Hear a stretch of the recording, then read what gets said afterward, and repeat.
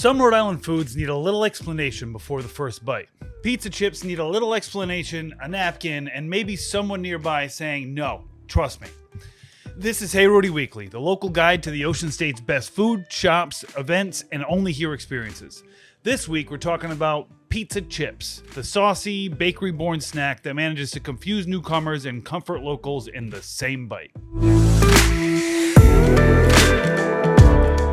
If someone is picturing a hot slice with bubbling cheese, reset the scene. Pizza chips are usually served at room temperature. They start with thick focaccia-like dough, get covered in a heavy layer of seasoned tomato sauce, and often skip the cheese entirely, except maybe a little Parmesan or Romano.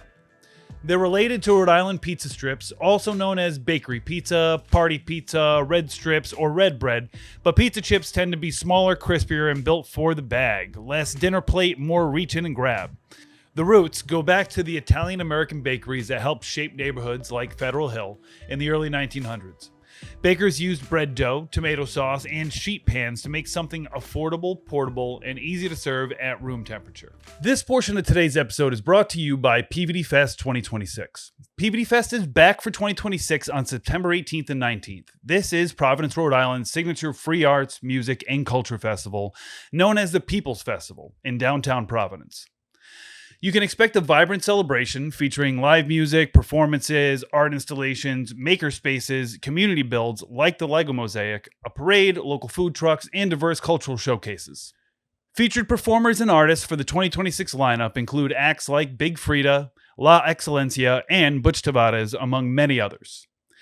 If you are interested in applying to be a vendor, volunteer, sponsor, or parade participant, or would just like more information about this awesome event, please visit their website, pvdfest.com. That's pvdfest.com. And now, back to the show. The no cheese style had a practical reason.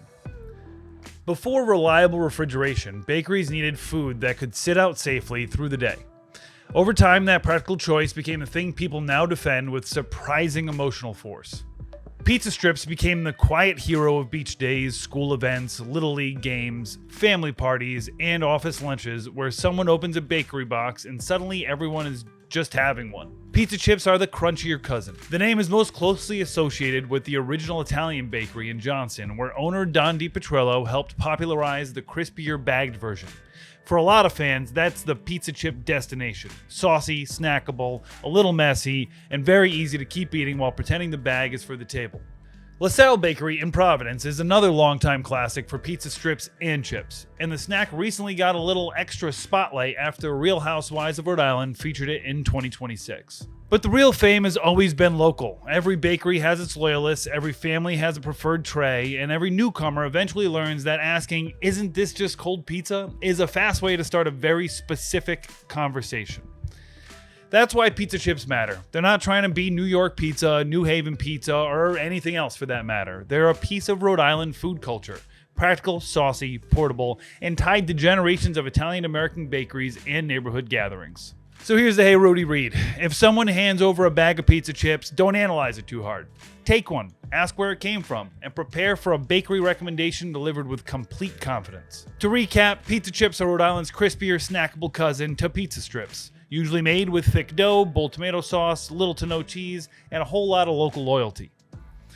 Now be sure to like, subscribe, and follow along for more ways to explore Rhode Island with Hey Rhody. We'll see you next week. This portion of today's episode is brought to you by Rhode Island Energy, helping Rhode Islanders to stay cool while using less energy. As Rhode Islanders experience another warm and humid summer, many are looking for ways to stay comfortable without seeing energy bills spike during cooling season.